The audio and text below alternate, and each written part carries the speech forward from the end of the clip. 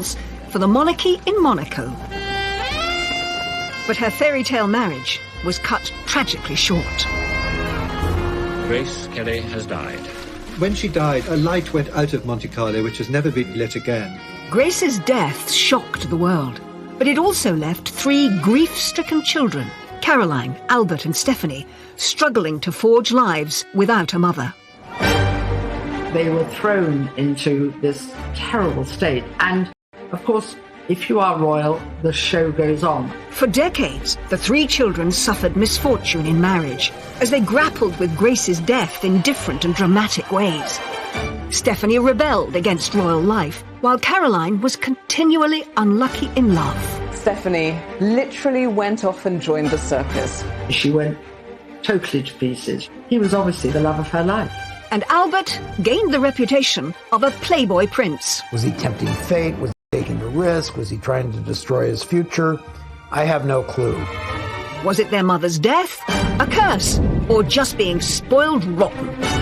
For the rest of eternity, none of the Grimaldi family would have success or love or happiness in marriage. When you perceive that, your mother was the greatest gift to Monaco, it must be really difficult to work out your place in that story. Will I ever measure up? Can I ever be as good as her?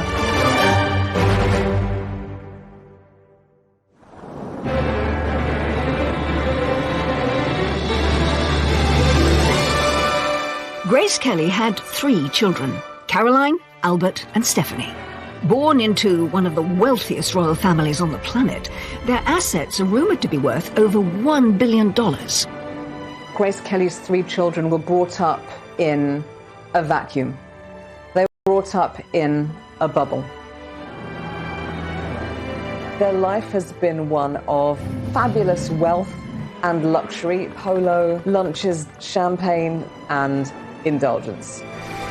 Despite their lives of luxury, there were challenges for all 3. The 3 children have all had their ups and downs. They've all had their fair shares of marital difficulties and tragedy. Every family has its trials and tribulations. The huge difference between ordinary folk and the royal family is that there's this spotlight onto them, and the press is always waiting to expose any of these things. The family suffers from what lots of rich, famous families do. I'd say they have more money than sense. But growing up in the House of Grimaldi might not be the fairy tale it seems. On the 23rd of January, Knight was born. She had to always be the good girl, to observe protocol, to do the right thing, to say the right thing, all at the right time. Grace, because of her own childhood, was a strict disciplinarian, so she spanked her eldest daughter for being naughty, and she once said, "I spanked her every day." Albert came along just over 12 months later. As the first male child, he had a date with destiny, that he would one day follow in his father's footsteps as ruler of Monaco. But it was a fate young Albert struggled to grasp. When asked what he'd like to be, he said he wanted to be a cowboy. He found it very hard to sort of engage an ambition for himself, since his role in life was very much laid out before him. As heir, Albert came under the tutelage of his father, Prince Rainier, said to be far stricter than Grace and often absent, preoccupied with the business of ruling the principality. Prince Rainier was extremely wary of other children and of other families getting close to the royal family at Monaco. He didn't really understand why his children needed friends. Caroline's fond of telling a story about how when they were young, they would pretend they were poor, she and Albert, when they played, so they could be like other children. The fact is, once you're in that fishbowl, you're in that fishbowl, and no matter what people do to try to make your life normal, it's not going to be. Born 7 years after Albert in 1965, Stephanie, the youngest, perhaps experienced a more relaxed childhood than her older siblings. Well, Albert once said that Stephanie learnt very quickly how to wrap her mother around her little finger. I think Stephanie was probably a little bit more spoiled than the others and maybe allowed to get away with a few things. Stephanie was inseparable from her mother. But their close connection meant that, together, they went through one of the most dramatic events to hit the House of Grimaldi. What should have been a simple trip, Grace driving her daughter to the train station, turned into a tragedy that would go down in history. Grace was driving round the infamous hairpin bends of the Corniche outside Monaco when she crashed her car. And so Grace Kelly has died. On the 14th of September 1982, Grace Kelly, Hollywood princess turned real royal, died, aged just 52. Grace Kelly and Stephanie were supposed to be catching a train that would take them to Paris. And they were really excited about the trip. So the little metallic green Rover, very sporty little car, it was full of hat boxes and suitcases. They didn't need a chauffeur because he wouldn't fit. So Grace... Corniche are treacherous. I mean, there's endless winding bends. People always will come up with conspiracy theories. She may have had a small stroke or something like that, but she lost control of the car. When she came to, she was disorientated. She jammed her foot on the brakes. Now, there's a bit of doubt around this because it might be that she had accidentally jammed her foot on the accelerator and the car went faster. Stephanie reached for the handbrake, but terrifyingly, the handbrake didn't work. The car was out of control. It slammed through a wall and plunged around 100 feet off the side of a cliff. It was reported afterwards that neither Grace nor Stephanie were wearing their seatbelts. Stephanie was injured in the crash. She had lost a tooth. Her mouth and her tongue and her lips were all cut up. Princess Stephanie has a broken vertebrae, but she's fully conscious, sitting up in bed and eating normally. It was a miracle Stephanie had survived, but the injuries sustained by her mother were devastating. After she was rushed to the Princess Grace Hospital, her health seemed to rapidly deteriorate. She suffered another stroke, and that led to a brain hemorrhage, and she was actually put on a life support machine. Doctors told Prince Rainier and Princess Caroline and Prince Albert that there was no hope for her. So they took the terrible decision to turn off the life support machine. Just one day after the accident, and with her husband of 26 years by her bedside, one of the biggest and most iconic names in Hollywood history, Princess Grace of Monaco, passed away.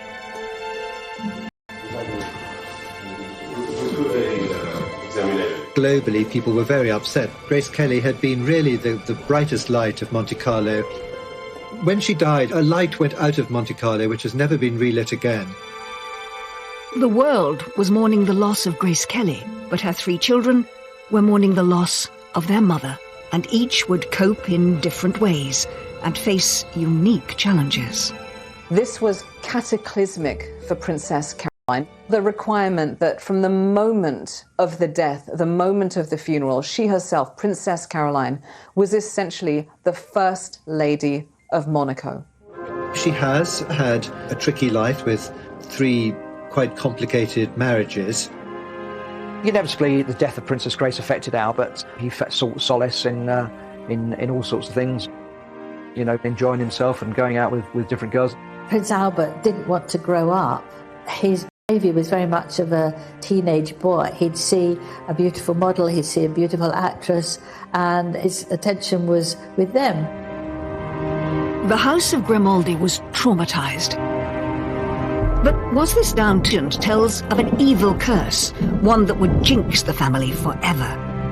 As it's purported to be Prince Rainier I in the 13th century who kidnapped a beautiful maiden, alas, raped her, and she then developed witch-like powers and said that she would put a curse on all future generations born into the Grimaldi family. For the rest of eternity, none of the Grimaldi family would have success or love or happiness in marriage.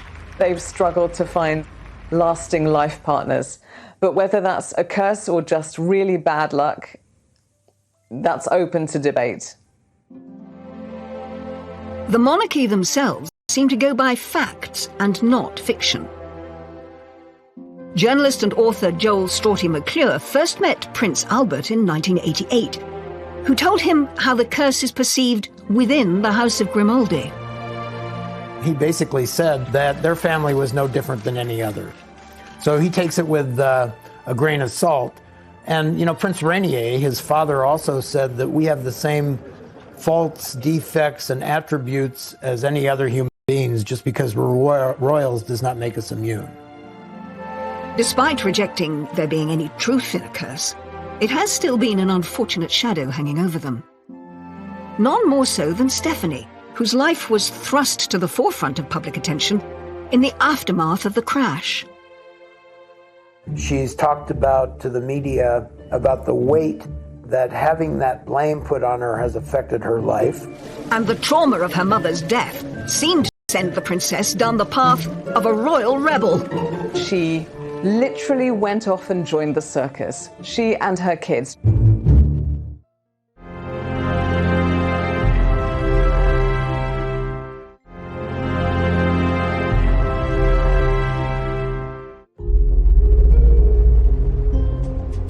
At the age of just 17, Princess Stephanie was thrust into the spotlight as speculation started to spiral that she had caused the accident that killed her mother, Grace Kelly.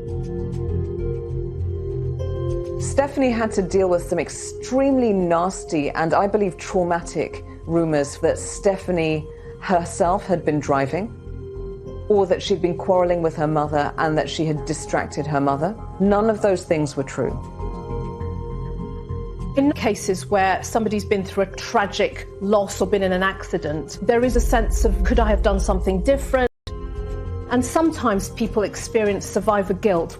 But it's certainly not helped when other people, outsiders, start pointing the finger at you. And I have to say, I think Rainier was so desolate, so upset that he was, of course he was there, but he was not as useful as they were.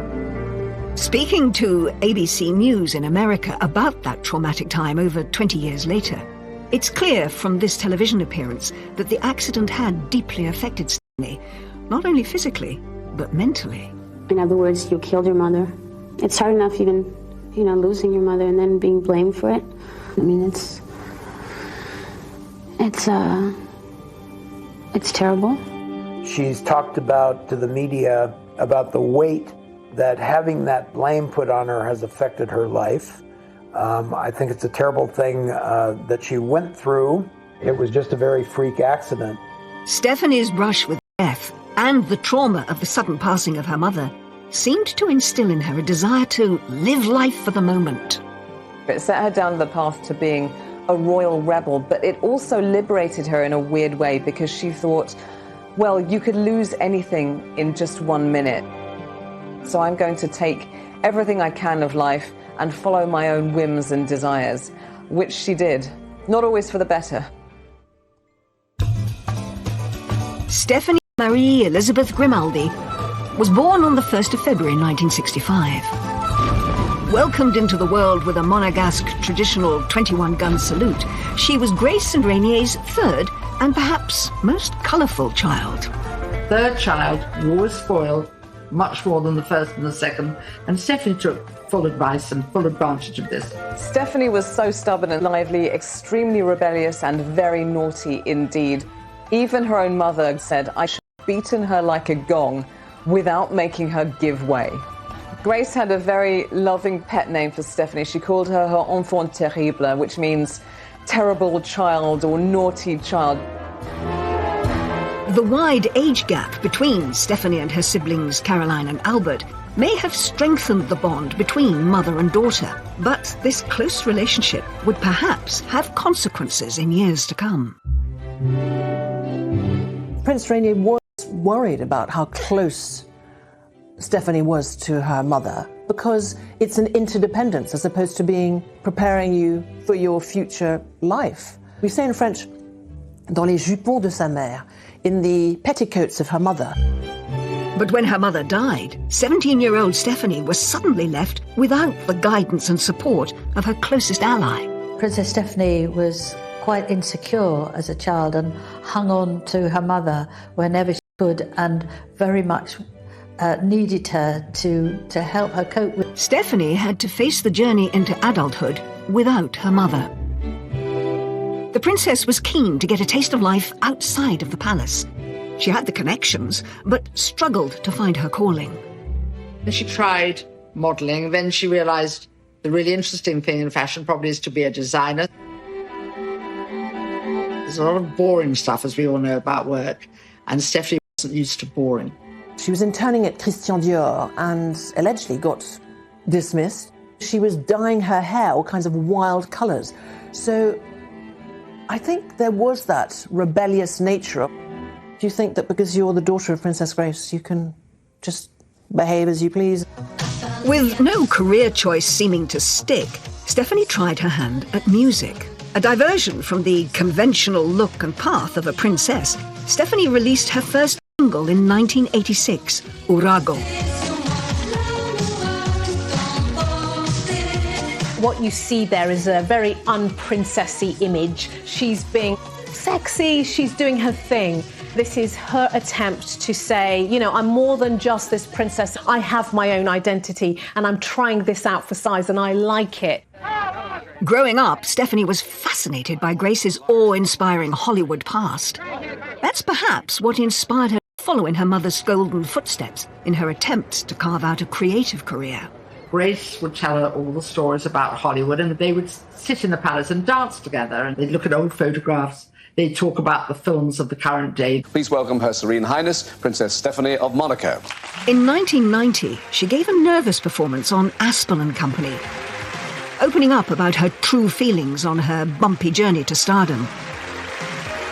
Trying to establish a name and identity for herself in the shadow of her iconic mother was always going to be tricky, and comparisons were often drawn. I would love to be an actress one day, but I think it's even harder for me because everybody's like waiting for me and, oh my God, they're going to compare me to my mother. Show people that I have a personality of my own and I'm not trying to be my mother. Knowing people are watching it saying, you're not as good as the great Hollywood icon that is Grace Kelly. The fear of continually being compared to her mother and coming up short really stymied Stephanie's acting career because it hurt her confidence. But it wasn't just her career that seemingly showed an urge to break free from the royal orbit. As Stephanie continued to live for the moment, her love life took an unexpected turn. Just like generations of Grimaldis before her, a string of turbulent relationships ensued, with the press linking her to some very high-profile men. Footballer. She had a relationship with Jean-Claude Van Damme, the actor, the Hollywood star Rob Lowe. And in 1991, she got together with Daniel de Cruet, her bodyguard and a former fishmonger. It marked the start of a very lively love life. Prince Rainier mistrusted him very strongly, and he began to suspect that his daughter did not have a very solid sense of what was good for her in relationships. He was already involved with another woman who was 6 months pregnant, but they fell in love, and Stephanie actually ended up marrying him, and they had 2 children. And I think he was probably the biggest love of her life. Her father was incandescent, but Prince Rainier soon fell for the grandchildren and accepted them and their marriage. But hopes of a fairy tale ending were soon dashed. Less than a year into the marriage, things took a dramatic turn when a series of candid photographs of Daniel were published in Italian magazines. He was actually photographed frolicking, if you will, with Miss Belgium bare breasts. Needless to say, Stephanie wasn't terribly happy about that. The couple divorced in 1996, but in 1998, Stephanie's adventures in love continued with another bodyguard, Jean-Raymond Gottlieb. She had a child with him, a daughter called Camille. The father was not named on Camille's birth certificate, and in fact it was only revealed decades later by the daughter herself on Instagram. She was actually banished by her father to a ski resort to try and recover while the dust settled from the scandal, and then she took up with a Corsican barman. Aged 36, she made another surprising choice and got involved with married Swiss elephant trainer Franco Cani. Love blossomed after they met at Monaco's International Circus Festival. She literally went off and joined the circus. She and her kids. She's got 3 kids by now. Princess Caroline was absolutely devastated by her sister's behaviour. She felt she was letting the whole family down. He moved into his trailer and they actually travelled around with the circus. And obviously it was not ideal for her children. It was very difficult for them to get educated. And I think after a while the The novelty wore off. The relationship fizzled out, but the circus around her love life wasn't over.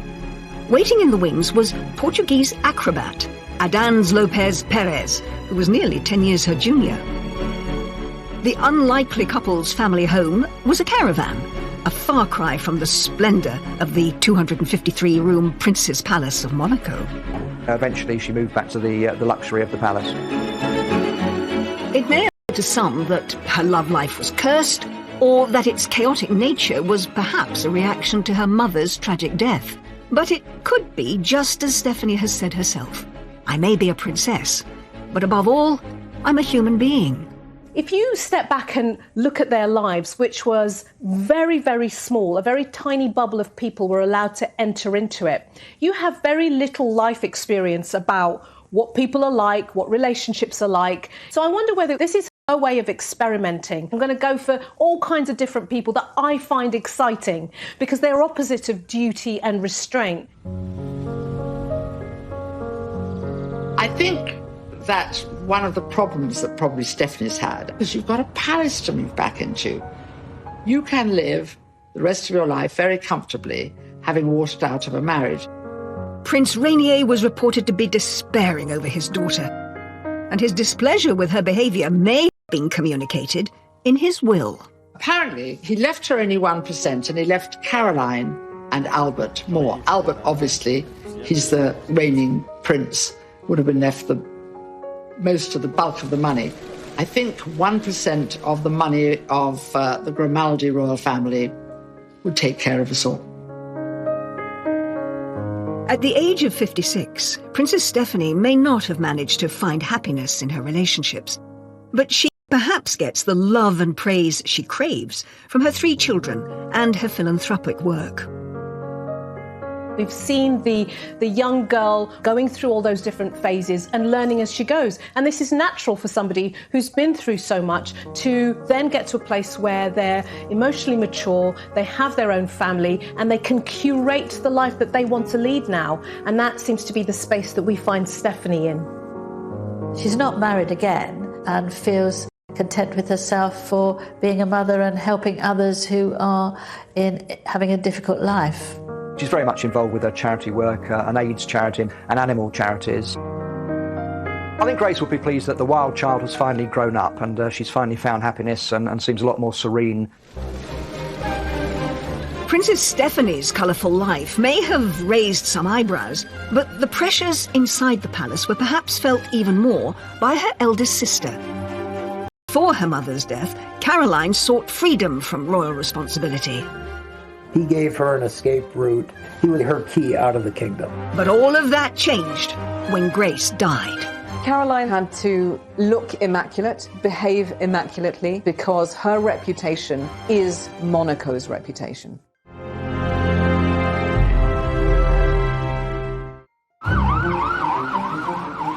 Princess Caroline was only 25 when her mother died, and her role in the royal family changed overnight. No one could have predicted that she would have to take the reins so young. This was cataclysmic for Princess Caroline. The requirement that from the moment of the death was essentially the First Lady of Monaco. Eyes of the world were on her and she couldn't put a foot wrong.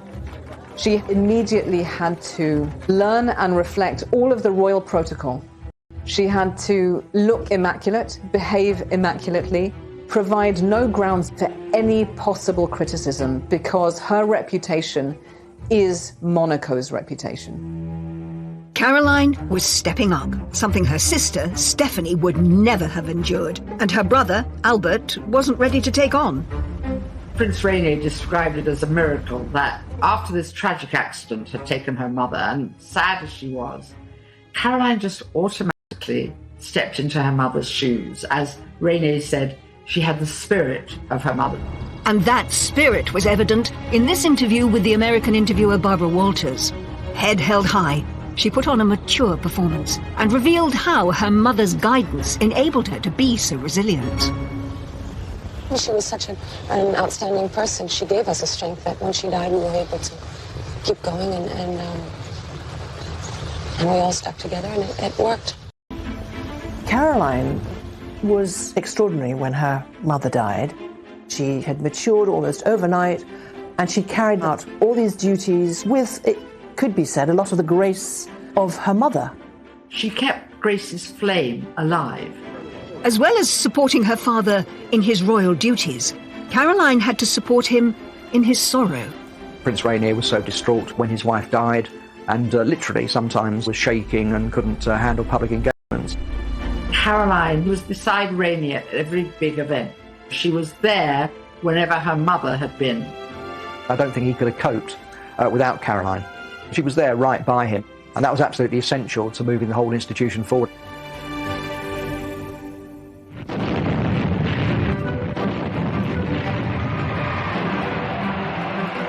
The birth of their first child was a beacon of light for the Grimaldi family. Born in torrential rain, there were high hopes for Princess Caroline. Princess Caroline was born in the middle of this huge storm. And local superstition has it that's a very Mediterranean climate, and rain is always a good luck sign. And since there was this feeling, there was this curse on the Grimaldis, everybody thought this girl will have real character because the rain has come down during her birth. For Caroline, the pressure was on. There was no space for her to say, hang on, I know this is what I'm supposed to do, but what about what I want? What about my hopes and desires? What if they compete with what's expected of me? Is there any space for me to do that? And the answer was no. There was no space for her to misbehave. Although Caroline had managed to step up to First Lady and handle it so well, it was a far cry from the lifestyle she'd become used to in her university days in Paris.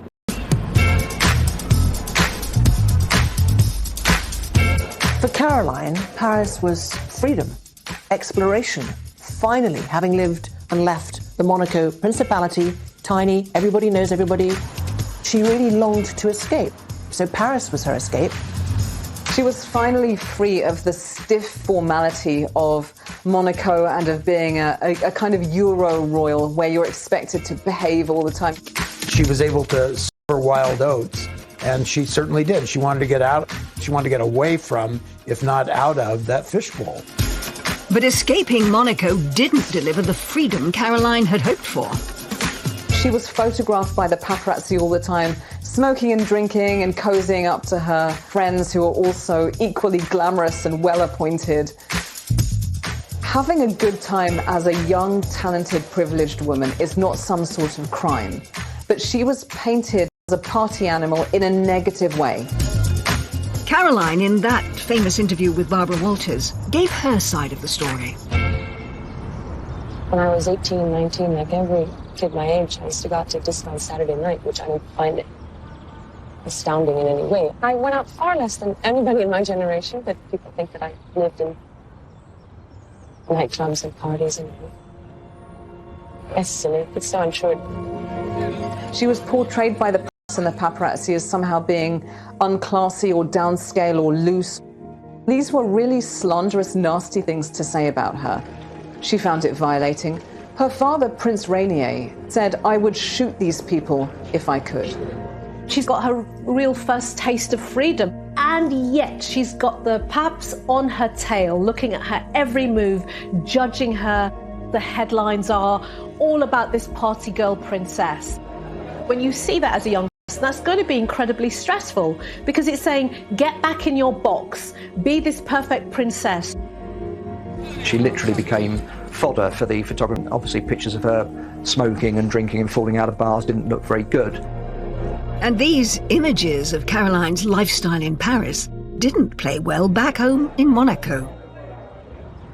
The population in Monaco were absolutely shocked that she was doing things that ordinary people were doing, whereas she should be sitting quietly and obediently in the palace waiting for her prince to come. They wanted her to sew and to learn how to embroider and to wait for an arranged marriage, but she didn't want that. What Caroline did want was to live a normal life. And to her, that meant choosing who she married, a Parisian businessman named Philippe Junot. She saw him, she said later, as her ticket to freedom. Liberté, me voilà, freedom, here I come. Hey, I'm doing what I want to do. This is my life, my choice. Instead of being under the control of my parents in the small principality, guess what? I'm in Paris and I'm living my life. He gave her an escape route. He was obviously her key out of the kingdom. The royal family organised the wedding, which was attended by over 600 guests and celebrities from all over the world. After this lavish public event, Princess Caroline and Philippe Junot escaped to Scotland for their honeymoon and some peace and quiet. The wedding was obviously publicised all over the world. Were you very happy with the way that it went eventually? Yes, we were. We really enjoyed it, and it was really beautiful. But even in the Scottish Highlands, Princess Caroline couldn't escape the cameras. How's married life? Are you enjoying things? Yes, absolutely. Great. And how do you like Scotland? Oh, it's beautiful. First time we're here, so it's really lovely. It's beautiful. What we saw up to now was great. The press intrusion did not let up. Later, Caroline would channel her energies into fighting for her right to privacy. She actually took action to the European Court of Human Rights to try and get a privacy agreement so that she could be left alone and other members of her family, and that was actually upheld. Caroline's parents were not enamoured with her choice of husband. Princess Grace had predicted that Caroline's marriage to Philippe Junot would only last 2 years. Well, what happens is that mothers are often right because they've own experience, and Princess Grace was quite convinced that the marriage would not last more than 2 years, and she was spot on. It didn't. When that marriage went south, I think her parents were very relieved. Junot was seen as the antithesis of what both Grace and Prince Rainier wanted for their daughter. She went into it very young, and it had disaster written all over it from the beginning. Princess Grace said it's good that she had a failed first marriage. Now she can have a successful second one. But Grace would not live to see that success. The second marriage would come in 1983, when a young Italian, Stefano Casiraghi, entered Caroline's life. He too was an aristocrat, very distinguished, very moneyed, very debonair. She's described him as the love of her life. Stefano Casiraghi was a businessman. He had his fingers in several pies. In fact, one of them was a shoe business, and Caroline joked that she was delighted because she loved shoes, and he got some specially designed for her. She finally found happiness in someone who allowed her the best of both worlds. She could continue her duties in Monaco, but also live the normal family life she had longed for. He understood her role in Monaco. He understood that she needed to shine. She was a famous face they all recognized, a familiar face that they all admired, a woman who had a life that she had to continue with, and he supported her in all that. Caroline might have found the love of her life, but her father was less impressed. Stefano Casiraghi was younger than Princess Caroline, Italian, and had a reputation that did not please her father, but I'm not sure any man would have pleased Prince Rainier. Despite her father's issues, Caroline and Stefano married in December 1983. In contrast to her first marriage to Philippe Junot, which had all the bells and whistles, 600 people attending, this marriage was very low-key, civil wedding with only 20 people. The marriage was a success. Caroline and Stefano were happy. They had 3 children, Andrea, Charlotte and Pierre. Had Caroline managed to break the Grimaldi curse? I think Caroline settled into motherhood very easily, and I think in some ways it helped that she had 3 children very quickly, because it really made her, in the eyes of the public, a mother figure, and I think people were able to see her in a different light. They were probably some of her happiest years. It was, for her, like a dream come true. He was a great companion and a great husband from her point of view. He was quite happy to be in the background, but a great family man. The children all adored him. Caroline was in the midst, when she married Stefano Casiraghi, of being Monaco's first woman. And that role would not end, of course, until Prince Albert took a wife, and those obligations were shared, if not dropped. I think that she continued willingly to fulfill her princessly obligations to the country a mother, but she fought on. She did what she was supposed to do. In October 1990, Stefano was competing in a powerboat race in Monaco, a sport at which he excelled. Usually, Caroline would be cheering him on, but that day she had an important meeting in Paris. She decided to go to Paris and approach her first husband, Philippe, and ask if he would agree to an annulment. Princess Caroline wanted the annulment because she had found a man she really loved, she had his children, and she wanted to move on. She wanted to draw a line under her past life. She wanted her children to be recognized by the church instead of considered illegitimate. So she petitioned endlessly, tirelessly, the Catholic Church to annul that marriage. In the eyes of the Catholic Church, Caroline was still, technically, married to her first husband. Though they had both gone through civil divorce, they hadn't got a Roman Catholic nullification through. The Roman Catholic Church works very slowly. And she'd hoped that Juno, who by then also had remarried and had a child, would be very keen for this to happen as well. Whilst in Paris, Caroline could never have predicted the events that would follow.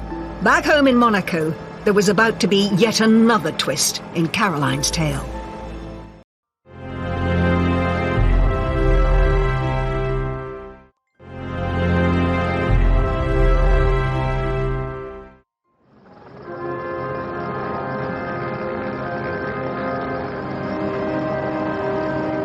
In October 1990, Princess Caroline was in Paris, and her husband, Stefano, was competing in a powerboat race in Monaco. During his race, Stefano's boat capsized, and he was killed, leaving Caroline widowed with 3 young children. The irony, of course, in Stefano's death was that this was going to be his last time of boat racing. He decided it wasn't safe and that he was going to give it up and turn to shipbuilding, which would be much safer. It was a very responsible decision if he was father of 3 children, but tragically, it was not to be. Caroline's world had fallen apart again. The man she had found who could support her in her royal role was gone. Here she is moving forward with her future. It looks positive, it's hopeful, it's going in the right direction. And suddenly, out of nowhere, her reality is pierced by this terrible, devastating loss. Her husband died. It brought back memories of her mother as well, and she thought the 2 things triggered each other. And she really did struggle for a couple of years. She was only seen out and about very rarely in public, mainly wearing black and dressing very somberly. There's an interesting shift in family dynamics when Princess Caroline then looks to her father and leans on him and expects him to step up emotionally for her, just as she stepped up to him when her mother died. Stefano's funeral took place at Monaco's Cathedral of St. Nicholas, the same place Caroline's mother's funeral was held. Princess Caroline's world fell apart. It didn't fall apart in a messy way. It fell apart in a royal way, which is worse because all of that suffering and pain and horror, you can't really express it at all. So it's all happening on the inside. It was really a very sad sight for anybody to witness. I don't think I've ever seen a woman become more dejected, upset, transformed, gaunt than Princess Caroline was in the aftermath.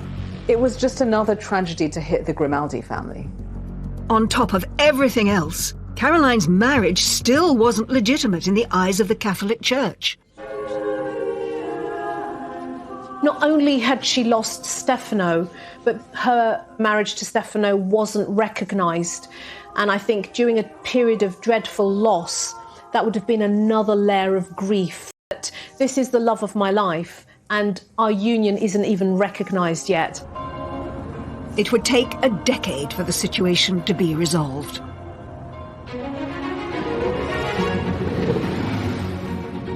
Just as Caroline began to get back on her feet again, an old acquaintance, Prince Ernst August of Hanover, came back into her life.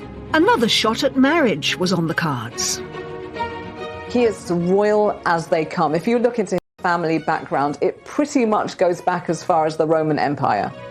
He is super duper, unbelievably mega posh, every which way you look at it. And he has connections to every major European royal family, including the English royal family through King George. On paper, they were a good match. And in 1999, they decided to tie the knot. In one sense, he was exactly the right person for her. But in terms of his character, he was bad, bad news. Alas, he doesn't always have terribly royal or regal behaviour. Indeed, he has urinated in public, he allegedly has broken the nose of a cameraman, and woe betide, and what a crime of lèse-majesté, he kissed the Queen. Checkered past, and I think Caroline thought that, marrying somebody who had the right credentials, but obviously knew about his colourful private life, and I think she thought she could possibly tame him, but in fact he carried on as before. It came to a head when Caroline had to attend to her father, who fell seriously ill. Prince Ernst was nowhere to be seen. He actually was in a coma in hospital, brought on by heavy drinking, and at one point he was actually hovering on the brink of life and death, and so it was quite possible that Caroline was going to lose her father and her husband in the same week. The one time that she really needed her husband, he himself was ill. Caroline's third marriage had broken down. They went their separate ways because he brought shame and scandal into her life.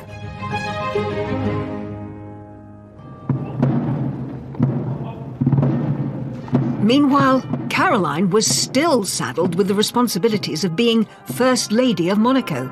No one could have predicted she would have been in this position for so long. I think Prince Albert felt very pressured by his older sister, Princess Caroline, who wanted to relinquish the role of First Lady of Monaco. She is just thinking, Prince Albert, will you just get on with it? Will you just settle down, marry, provide an heir, and then I can really get on with my life? In 2005, when their father died, Albert had to step up and take on his father's role. It was a chance of freedom for Caroline. But after all these years, her brother had still not married. Prince Albert didn't want to grow up. His behaviour was very much of a teenage boy. He'd see a beautiful model, he'd see a beautiful actress, and his attention was with them. And his poor sister had to fill in for him a lot of times and be there for him.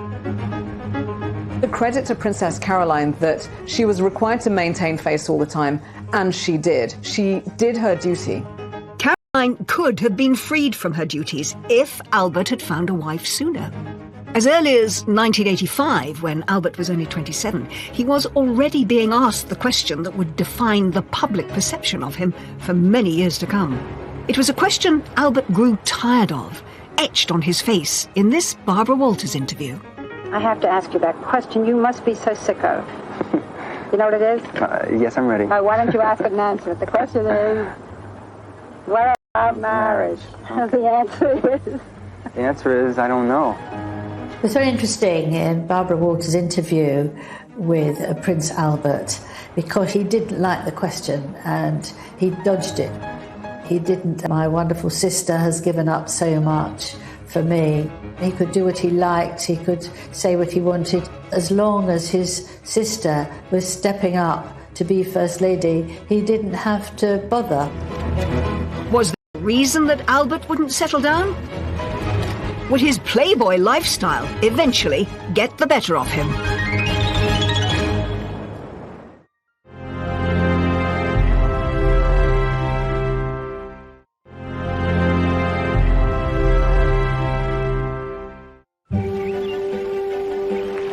From the moment he was born, the second of Grace and Rainier's three children, Albert was destined to become ruler of Monaco. But from an early age, it was clear it was something he wasn't necessarily looking forward to. You can hear from his own mouth somebody who's saying, I just wanted to be a cowboy. I found doing the royal stuff boring. So you've got this real tension between born to rule and I just want to do my own thing. And that, I think, we see play out in his life. It was a feeling that spiraled after his mother died when he was just 20. Albert was delighted that Caroline stood up to take the bulk of the family's royal duties. I always remember Prince Charles once saying that when it finally dawned on him that he was going to become a future king, it came as the most tremendous shock, and it must have been a tremendous shock for Prince Albert as well. And I think that's something which lives with them, and they try and forget about it for a while and pretend it's not happening. As long as his sister was stepping up to be First Lady, he didn't have to bother. Also knew that he did have a number of years where he could let his hair down. He didn't have much hair, but he could let his hair down. In particular, Albert compensated for the monotony of royal duties with the kick of adrenaline.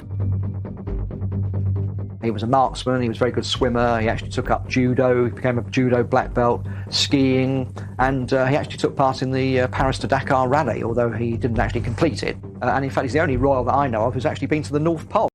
So he was quite an action man. Albert may have been inspired by his grandfather's sporting prowess. Grace's father, Jack Kelly, had won 3 gold medals in rowing across the 1920 and 1924 Olympics. Albert also had Olympic ambitions, but his involved a lot more speed. Prince Albert was interested in bobsledding because he said that it gave him a buzz and it made him feel as if he was alive. Albert established Monaco's first ever bobsleigh team, despite the Principality having no snow and no mountain. Championships. It wasn't easy at first, you know, people couldn't even spell the word bobsleigh, let alone know anything about it, so we've come a long way. Albert competed in 5 Olympics, never coming higher than 25th. I spent a lot of time with Albert the bobsledder, and I felt that he was taking this as seriously as any athlete would take a competition. I was quite impressed. The sense of participating in an international event, especially a winter event, from a Mediterranean country, was really quite exciting for them. But when it came to ways of postponing responsibility, Albert's love life, as it was for his sisters, was perhaps even more adventurous than his sports. I can remember doing a story for Cosmopolitan magazine in 1990 titled "Prince Albert is Available." At that point, he was considered one of the most eligible bachelors in the world. He was linked with many, many girlfriends, Brooke Shields, Naomi Campbell, Claudia Schiffer, and many others. He was having a fairly hedonistic lifestyle and trying to forget that his destiny was eventually to take responsibilities. The prospect of Albert knuckling down and finding a wife to take on Caroline's duties as First Lady seemed remote. In 1987, former Playmate model and German actress Bea Fiedler claimed Albert was the father of her child Daniel. There was a certain amount of controversy about where the DNA for the testing had come, and a judge actually threw that case out, so that wasn't proven. Albert's risky behaviour seemed tailor-made to spice up what he described as boring royal duties. But it was clear his Hollywood mother's life and death also weighed heavily on him. What a fate to have Grace Kelly as a mother. I mean, that beauty, that charm, that vivid intelligence, that charisma. I think that Albert must have felt both the weight of the expectations on him and the public role that he was absolutely, clearly expected to play. I think what he got from his mother was not anything she said, but who she was and the way she carried herself and the way she herself had adapted to becoming Princess of Monaco. He certainly has a sense of calm and lack of drama and acceptance of things that seems to have come more from his mother than from his father. He certainly has a greater sense of equanimity than his sisters do. When you perceive that, you know, your mother was the greatest gift to Monaco and was this beautiful, incredible actress who became, if you like, the perfect princess, it must be really difficult to work out your place in that story. Will I ever measure up? Can I ever be? In 2005, he was still unmarried and Caroline was still First Lady. Just 6 days before his accession came another bombshell that hinted that Albert wasn't going to settle down anytime soon. Prince Albert officially acknowledged that he was the father of 22-month-old Alexandra, an out-of-wedlock son with former flight attendant Nicole Coast. Well, there have been rumours before about love children, and he denied it. Another illegitimate child resurfaced in the week before he was actually going to be enthroned. And then subsequently the paternity suit actually turned out to be true. Albert was forced to go onto French television and face up in this stiff and uncomfortable interview. J'ai été extrêmement choqué par la façon dont cela a été traité et le moment tout à fait inopportun. Et vous attendez à d'autres révélations ou à d'autres campagnes de cette nature, puisque ça peut donner envie? Je sais qu'il y en a et qu'il y a d'autres personnes qui font les mêmes, présentent les mêmes, à peu près les mêmes cas. What has baffled me about that is why he was unaware of the existence of condoms. Was he tempting fate? Was he taking a risk? Was he trying to destroy his future? I would like to talk to him about it one day, and I don't imagine I ever will. Albert reportedly provided Nicole with $12,000 a month in financial support, as well as a $2.5 million house in the south of France. Alex would keep the Grimaldi name, but could not succeed Albert. I wonder whether in that position, he had no choice. It seemed like Albert might be about to put his Playboy past behind him, but it wasn't long before more revelations surfaced. Prince Albert had already had to admit to the existence of one love child. It turned out that he had yet another love child who was 14 years old. In the early 1990s, Tamara Ruotolo, an American, had come forward and claimed that Albert was the father of her daughter Jasmine, and that was hushed up and he denied it. But in fact, a DNA test eventually proved that he was the father, and in 2006, a year after he'd become the prince, he actually admitted that he was the father of Jasmine as well. So it's like, all right, cards on the table, let's do this because I'm ready and willing to step up. Albert's admissions may have had another purpose. He'd recently started a relationship with a fellow Olympian, a South African swimmer that he'd first met 5 years earlier. Prince Albert met Charlene Wittstock at a swimming gala, and they immediately bonded over a shared love of sport. With what seemed like a clean slate, finally the way seemed clear for Albert to settle down. But Albert's love life was never plain sailing. There were all sorts of rumours that evidence of a third illegitimate child might emerge, and that Charlene was getting cold feet. There is speculation that Charlene Wittstock was to go through with the wedding.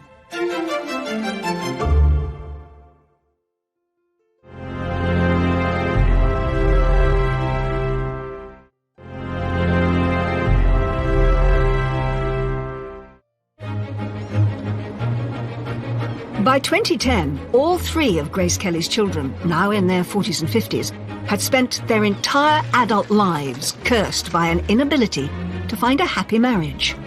It's the third marriage that Caroline has had, and it's come to a bad end, as both of the others have. And now she lives alone. She's back living where she grew up. It's like returning home to the roost. Stephanie has stepped away from the limelight and lives a much more quiet, discreet life, and that is understandable. But there was hope for Albert.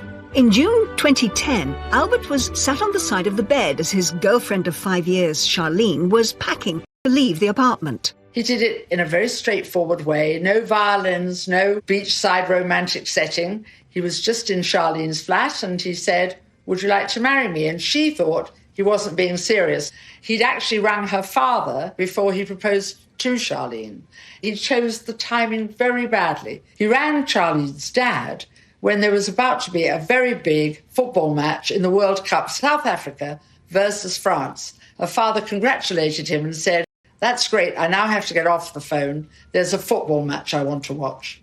I don't know at the time if he immediately knew that this is the woman I want.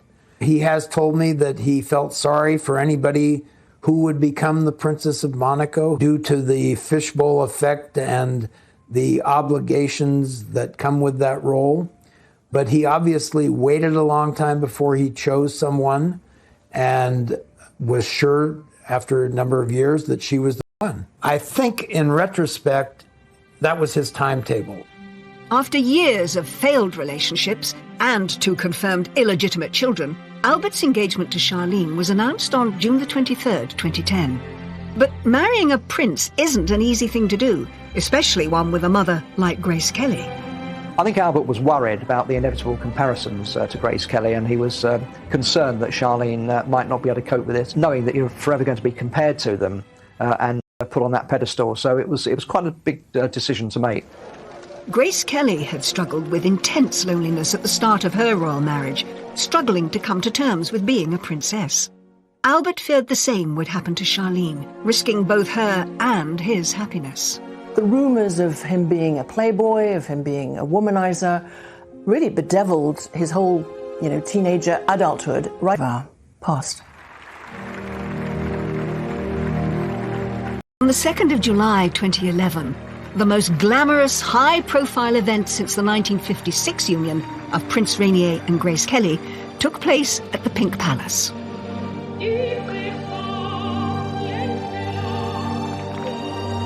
It was a spectacular affair. There was entertainment by Jean-Michel Jarre and the Eagles, and it was reckoned that the whole thing cost about $65 million. It was quite an extravaganza. But despite the glorious weather and the smiling congregation, the rumours swirled again, and a happy future looked far from assured. In front of the full glare of the palace cameras, Charlene cried uncontrollably. What did not fail to hit the headlines and get an awful lot of coverage is the fact that she appeared to be crying on her wedding day. The royal couple publicly denied that Charlene was an unwilling bride, after tabloids had circulated rumours that Charlene had been spooked by talk of a third confirmed love child for Albert.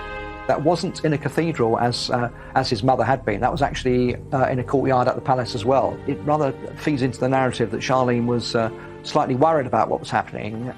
One French paper went as far as to write that she'd attempted to flee back to South Africa, with authorities stopping her helicopter flight to Nice airport on instructions from the palace.